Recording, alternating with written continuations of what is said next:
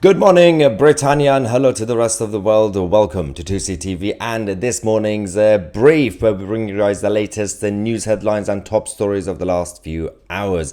Let's start by talking about this socialist government of Keir Starmer, as the Prime Minister and his team are about to get sued, a legal action against Starmer. We're going to explain why. And of course, speaking of socialists, we have to talk about the Mayor of London, Sadiq Khan, who is not having a good few days, as his ULEZ tax, the ultra low emission tax in the name of net zero, is failing to actually work. And finally, the winter of chaos is ahead, as a report from inside the Labour Party is now resurfaced, exposing Keir Starmer's own policy to make a huge number of pensioners freeze this winter.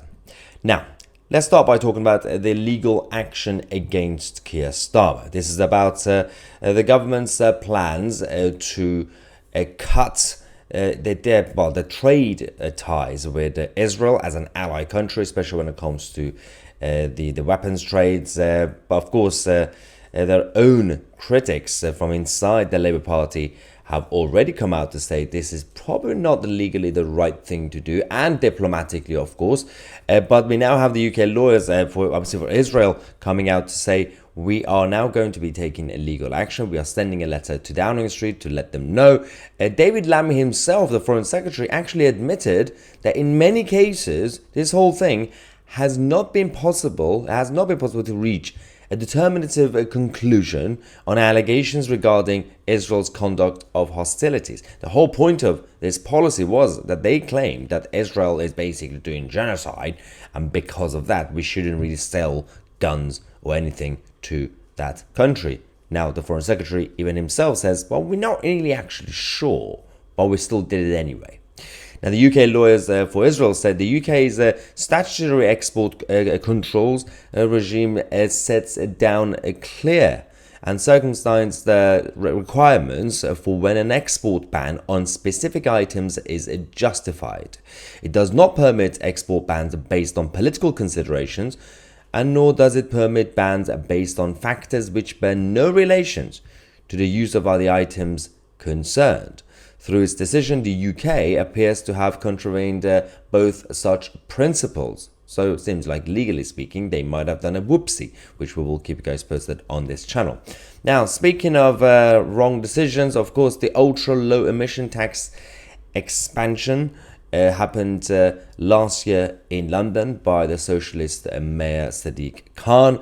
Despite protests, despite campaigns against it, despite petitions after petitions, none of that obviously stopped it, of course. But a recent report has now found that no overall decrease in NO2 levels since the scheme's implementation in August 2023. So the whole point of this tax was that they were going to be helping with net zero, helping the environment. But of course, it's not actually bringing down pollution.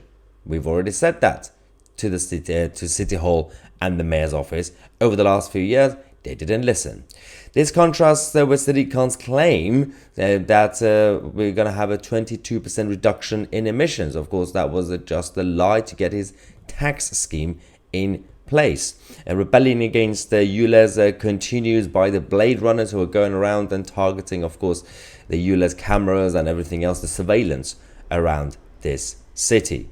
Now, finally, the winter of chaos is ahead.